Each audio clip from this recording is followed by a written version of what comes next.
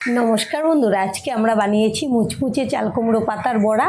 আর যেভাবে চাল কুমড়োর বড়াগুলো বানিয়েছি বানানো হবে খুবই সহজ, খেতে কিন্তু ভীষণ মুচমুচে হবে। এই যে দেখুন, আপনারা শব্দটা শুনে হয়তো বুঝতেই পারছেন। প্রত্যেকটা বড়াই কিন্তু খুব সুন্দর হয়েছে, খেতে তো ভীষণ টেস্টি হয়। তাহলে চলুন দেখে নিই আজকে রেসিপি। সবার প্রথমে নিয়েছি চাল কুমড়োর পাতা। চাল কুমড়োর ডগা থেকে যতটুকু পাতা লাগবে আমি বের করে নিয়েছি, ভালো ভালো পাতাগুলো। এবার এই পাতাগুলোকে বেছে নেব। প্রথমে ডাঁটিটা কেটে বাদ দিয়ে দেব, এখান থেকে অর্ধেক কেটে ফেলে দেব। আর এইভাবে একটু ঝেড়ে নেব দুই সাইড থেকে। অনেক সময় পাতার মধ্যে পোকামাকড় থাকে, আর এরকম করে ধরে আঁশটাকে বের করে ফেলে দেব। এই যে আরেকটা নিয়ে নিলাম। এভাবে আমাদের যে কয়টা লাগবে করে নেব। এভাবে একটু খুব ভালো করে ঝেড়ে নেব।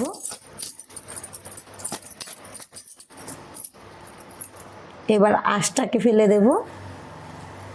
এই যে দেখুন, আমাদের কয়েকটা পাতা বাছা হয়ে গেছে। আর এভাবে আমি সবগুলো বেছে নেব। আমি সবগুলো পাতা খুব ভালো করে বেছে নিয়েছি। এখন একটা পাত্রে নিয়ে নেব, আর এগুলোকে জল দিয়ে খুব ভালো করে ধুয়ে নেব।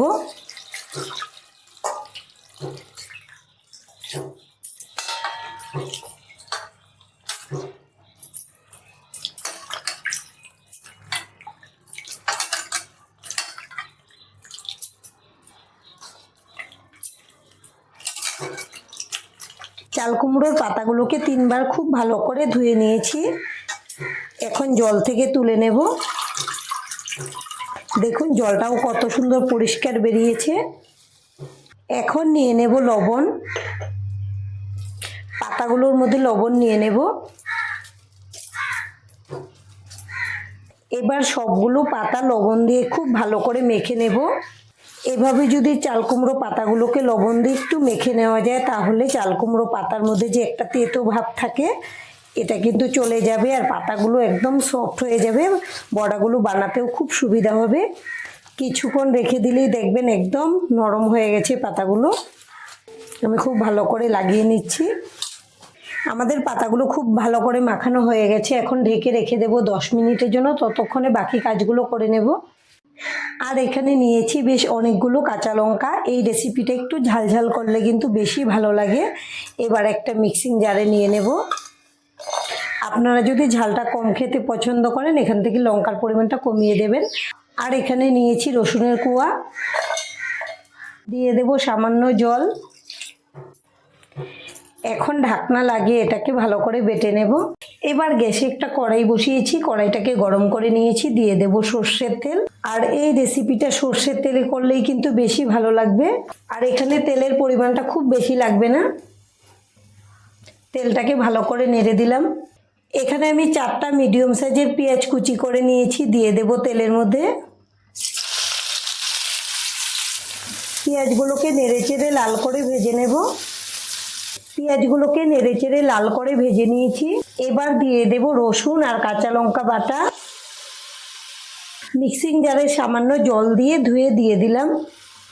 আর দিয়ে দেব কাশ্মীরি লঙ্কার গুঁড়ো, এতে ঝাল হবে না, খুব সুন্দর একটা কালার আসবে। আর দিয়ে দেব স্বাদ অনুযায়ী লবণ। আর দেব হলুদের গুঁড়ো। এখন চুলার ফ্লেমটা লোতে রেখেছি, নেড়েচেড়ে ভেজে নেব। সব কিছু একসঙ্গে নেড়েচেড়ে খুব ভালো করে মিশিয়ে নিয়েছি। আমাদের এটা ভাজা হতে থাকে, এদিকে আমি আরেকটা মিশ্রণ রেডি করে নেব। আর এখানে নিয়েছি 1 বাটি আতপ চাল। চালগুলোকে আমি 2 ঘন্টা আগে খুব ভালো করে ধুয়ে ভিজিয়ে রেখেছিলাম।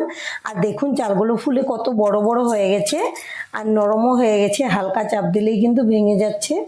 এই যে দেখুন। এবার আমি জলটা ঝরিয়ে মিক্সিতে নিয়ে নেব। আপনারা চাইলে শিলেও বেটে নিতে পারেন, যেভাবে সুবিধা হয় করে নেবেন। আর এই রেসিপিটা যখনই বানাবেন, মানে এই বড়াগুলো যখনই বানাবেন, একটু বেশি করেই বানাবেন।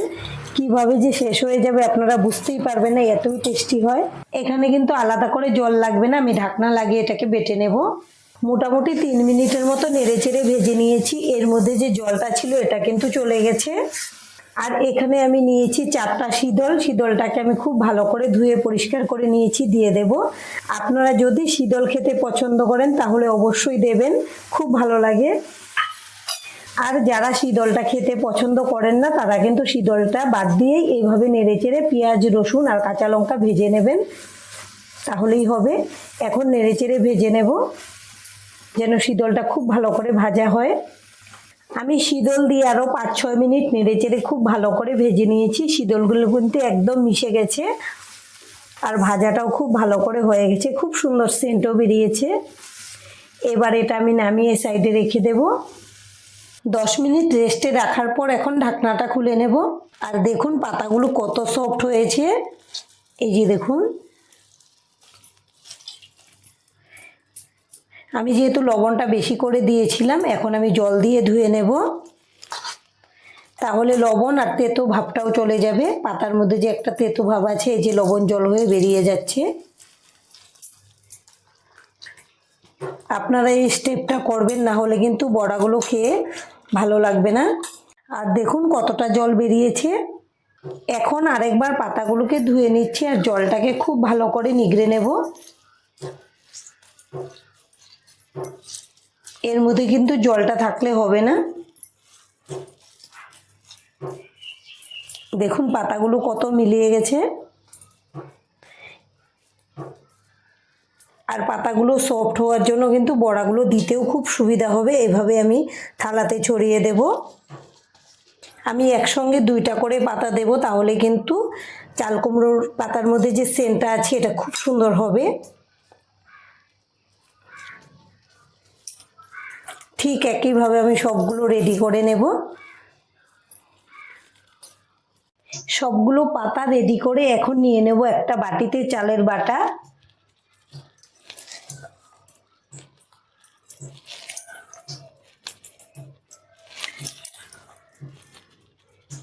যেহেতু আমি চালটাকে খুব শুকনো করে বেটেছি, অল্প একটু জল লাগবে, তাই আমি মিক্সিং জারে অল্প জল নিয়েছি।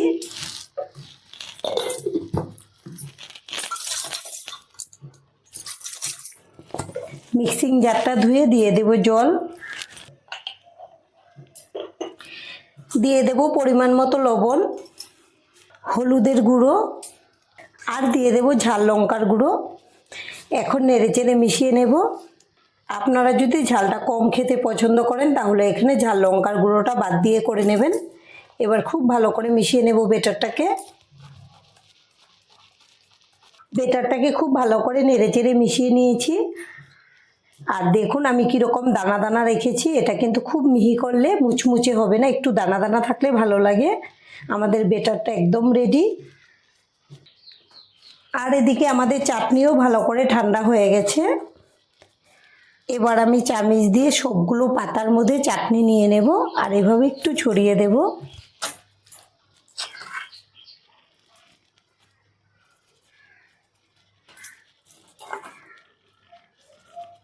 এভাবে একবার যদি আপনারা এই বড়াগুলো বানিয়ে খান, সারা জীবন এর স্বাদ মুখে লেগে থাকবে, এতই টেস্টি হয়।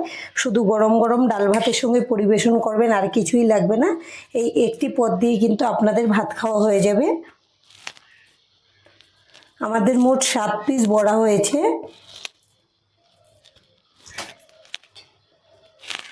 এবার আমি বড়াগুলোকে শেপ দিয়ে নেব। প্রথমে এই সাইডটা ধরে এভাবে মুড়ে দেব, এই সাইডটাকেও ধরে এভাবে মুড়ে দেব।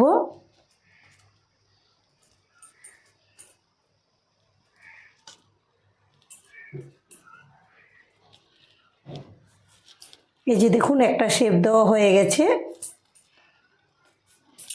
আরেকটা দেখিয়ে দিচ্ছি আপনাদের সুবিধা হবে। প্রথমে এই সাইডগুলো এভাবে মুড়ে দেব, এই সাইডটাকেও এভাবে মুড়ে দেব।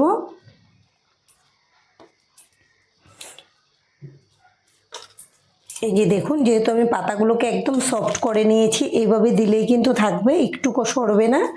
এই যে আমাদের আরেকটা বড়া রেডি করা হয়ে গেছে। আর এভাবে আমি সবগুলো পাতা রেডি করে নেব। আর এদিকে চুলায় একটা কড়াই বসিয়েছি, কড়াইটাকে ভালো করে গরম করে নিয়েছি। এবার দিয়ে দেব সাদা তেল। আমি প্রথমে কিন্তু সর্ষের তেল দিয়ে চাটনি বানিয়েছিলাম, এখন ভাজার সময় সাদা তেল দিয়ে দিলাম। তেলটাকে নেড়ে দেব।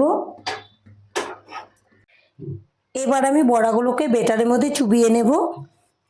আমি 3টা একসঙ্গে ভেজে নেব, সেজন্য আমি 3টা একসঙ্গে মিশিয়ে নিচ্ছি, মানে বেটারে চুবিয়ে নিচ্ছি। আর আপনারা যখনই এই বড়াগুলোকে বানাবেন চাল বেটেই বানাবেন, তাহলে কিন্তু খেতে ভীষণ ভালো লাগে, একদম মুচমুচে বড়া হবে। আমি সব দিক থেকে ভালো করে লাগিয়ে নিচ্ছি। এবার আমি বড়াগুলোকে কড়াইতে দিয়ে দেব, একটু সাইড করে নেব।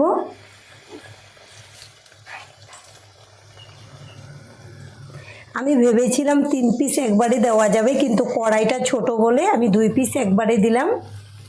এবার কড়াইটা ধরে একটু নেড়ে দেব, তেলটা তাহলে সব দিক থেকে লাগবে। আর সঙ্গে সঙ্গে নাড়াচাড়া করব না, এভাবে একটু উপর থেকে তেলটা দিয়ে দেব, তাহলে উপর সাইডটাও খুব তাড়াতাড়ি টেনে যাবে। আর চুলার ফ্লেমটা আমি মিডিয়ামে রেখেছি, তাহলে সব দিক থেকে খুব ভালো করে ভাজা হয়ে যাবে। এক সাইড হালকা হওয়ার পর এখন আমি উল্টে দেব, আর এভাবে উল্টে পাল্টে সব দিক থেকে একদম লাল লাল করে মানে মুচমুচে করে ভেজে নেব। সব দিক থেকে উল্টে পাল্টে একদম লাল লাল করে ভেজে নিয়েছি। আমাদের এই বড়াগুলো ভাজা হয়ে গেছে, এখন আমি নামিয়ে নিচ্ছি। আর আপনারা শব্দটা শুনে বুঝতেই পারছেন কতটা মুচমুচে হয়েছে বড়াগুলো, এই যে দেখুন।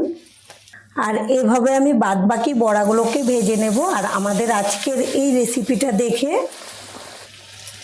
যদি আপনাদের ভালো লাগে একটা লাইক অবশ্যই দিয়ে দেবেন। আপনাদের একটা লাইক আমাদেরকে অনেক উৎসাহ দেয় নতুন নতুন ভিডিও বানাতে।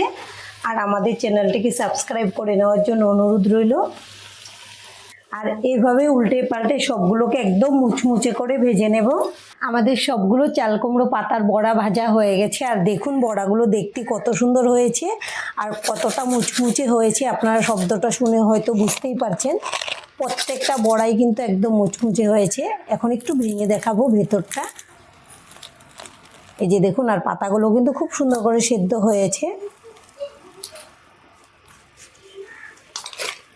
এইভাবে আপনারা বাড়িতে বানিয়ে খাবেন, আশা করছি ভীষণ ভালো লাগবে। আর আজকের ভিডিওটা এখানেই শেষ করব। সবাই ভালো থাকবেন, সুস্থ থাকবেন, ধন্যবাদ।